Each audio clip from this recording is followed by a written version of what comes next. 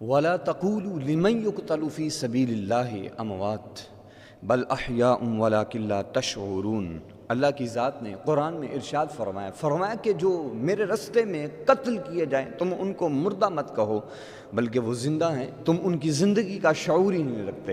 اللہ تبارک و تعالیٰ کا لاکھ لاکھ شکر ہے جس نے ہمیں حضور کا امتی بنایا اور طرح طرح کی نعمتوں سے سرفراز فرمایا۔ اللہ تبارک و تعالیٰ کی ذات نے اس آیت مقدسہ میں اپنے محبوب بندوں کا ذکر کیا، کہا کہ وَلَا تَقُولُوا لِمَنْ يُقْتَلُ فِي سَبِيلِ اللَّهِ أَمْوَاتٌ بَلْ أَحْيَاءٌ وَلَٰكِن لَا تَشْعُرُونَ۔ فرمایا کہ جو میرے رستے میں قتل کیے جائیں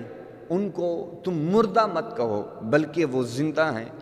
اور ان کی زندگی کا تم شعور نہیں رکھتے۔ لیکن دوسرے مقام پہ رب ذوالجلال کی ذات نے ارشاد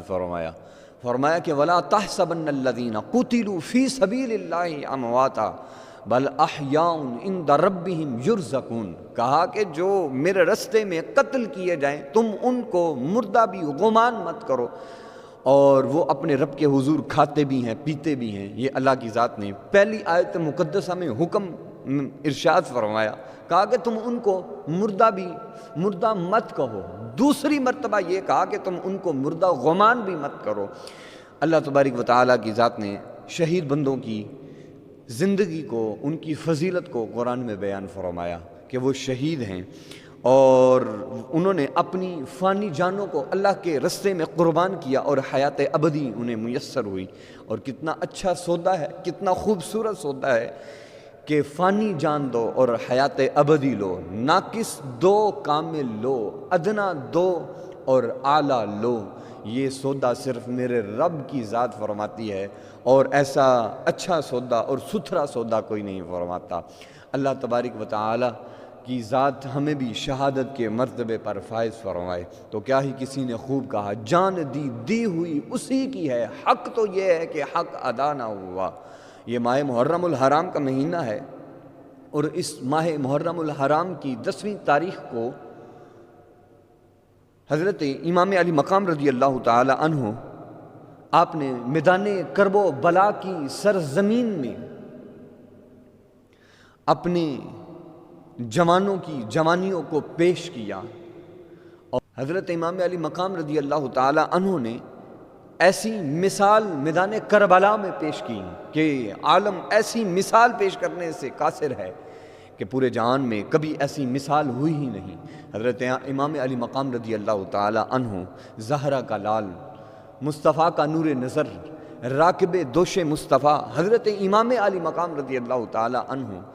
جوان علی اکبر کے لاشے کو آنکھوں کے سامنے تڑپتا ہوا دیکھ رہے ہیں۔ اونو محمد خاک و خون میں غلطان ہے۔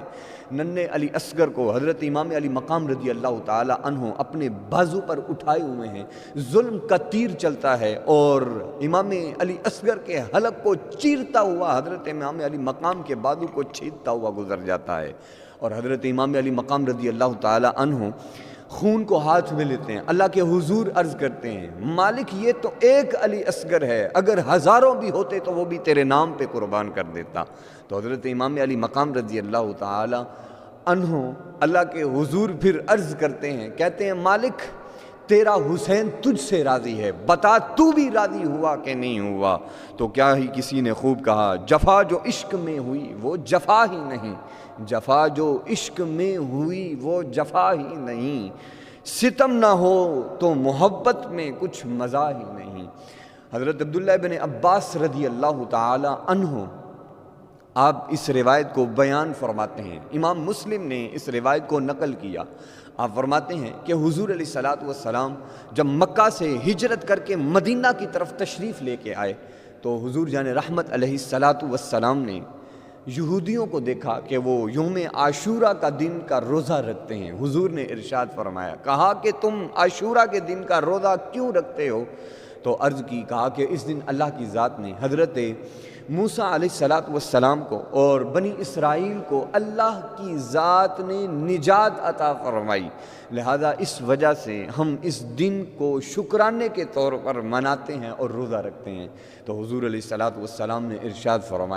فرمایا کہ ہم حضرت موسیٰ سے زیادہ محبت کرتے ہیں تم سے بھی، لہذا حضور نے صحابہ کو حکم فرمایا، کہا کہ صحابہ تم بھی روزہ رکھو، اور حضور علیہ الصلاۃ والسلام نے بھی روزہ رکھا۔ امام بخاری کہتے ہیں کہ حضرت اماں عائشہ صدیقہ رضی اللہ تعالی عنہ فرماتی ہیں، آپ کہتی ہیں کہ عاشوراء کے دن کا روزہ نبی علیہ الصلاۃ والسلام نے رکھنے کا حکم ارشاد فرمایا، اور رکھا بھی کرتے تھے اور رکھا جاتا تھا۔ اب جب رمضان المبارک کا مہینہ مسلمانوں پر فرض ہوا تو پھر حضور جان رحمت علیہ الصلاۃ والسلام نے اپنے غلاموں سے فرمایا،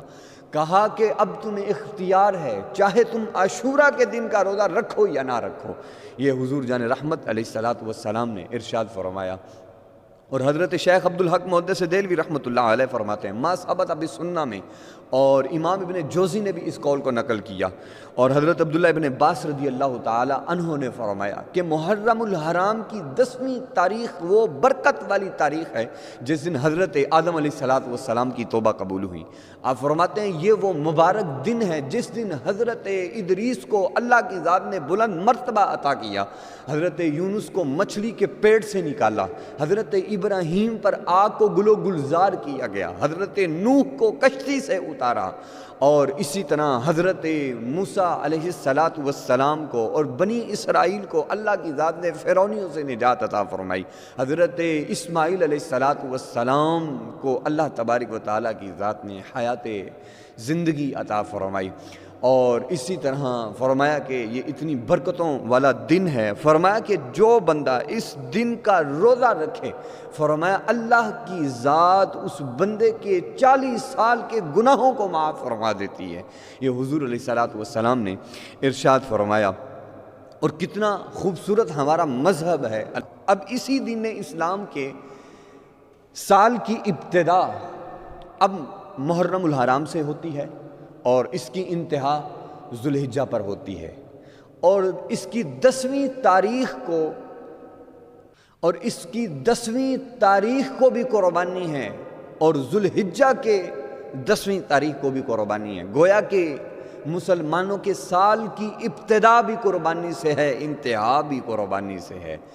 اور حضرت اقبال رحمۃ اللہ علیہ فرماتے ہیں، آپ فرماتے ہیں غریب و سادہ و رنگین ہیں داستان حرم، نہایت ہیں اس کی حسین ابتدا ہے اسماعیل۔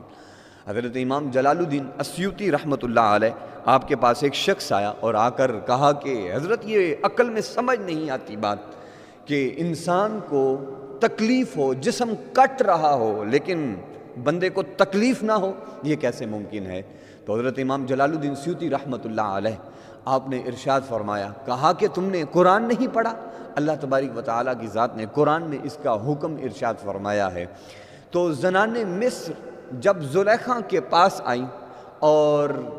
دعوت دی ان کو کھانے کی، کھانا کھایا، کھانے کے بعد زلیخا کو تانا دینا شروع کر دیا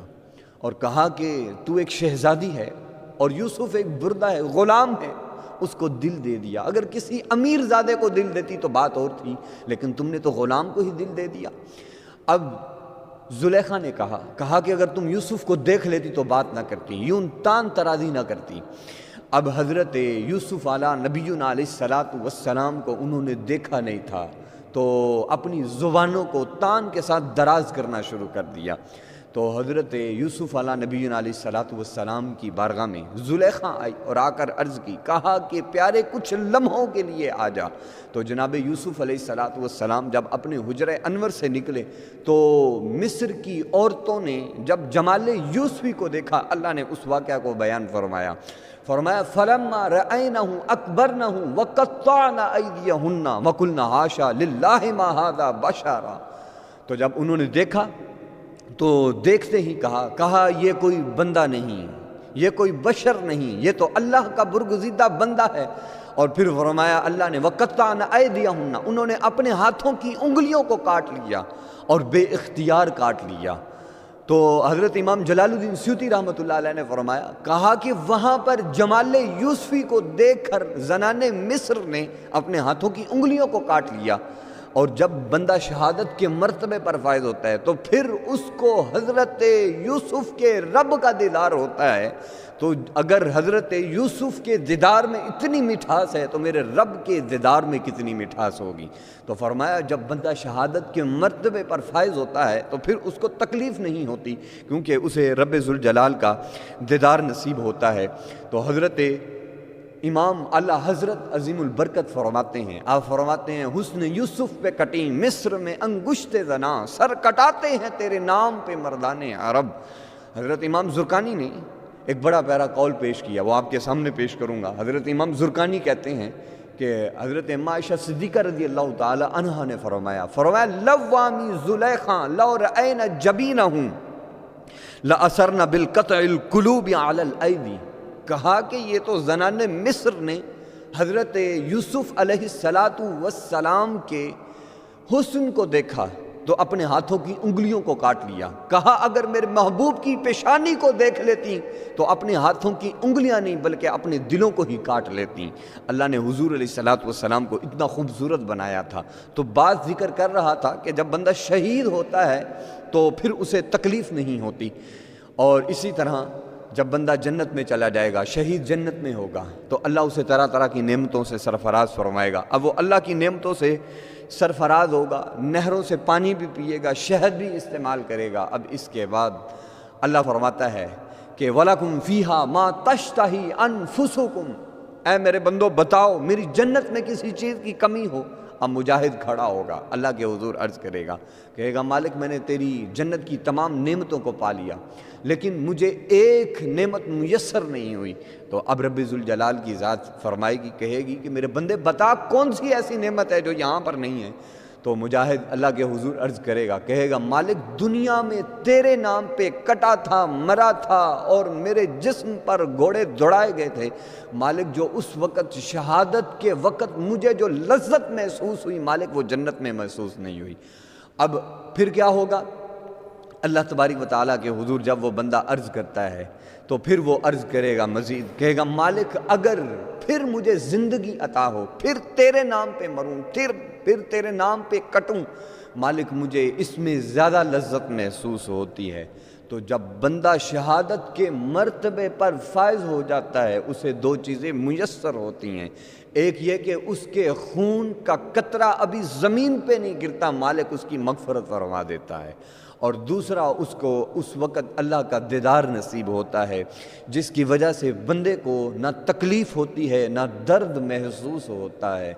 اور اسی طرح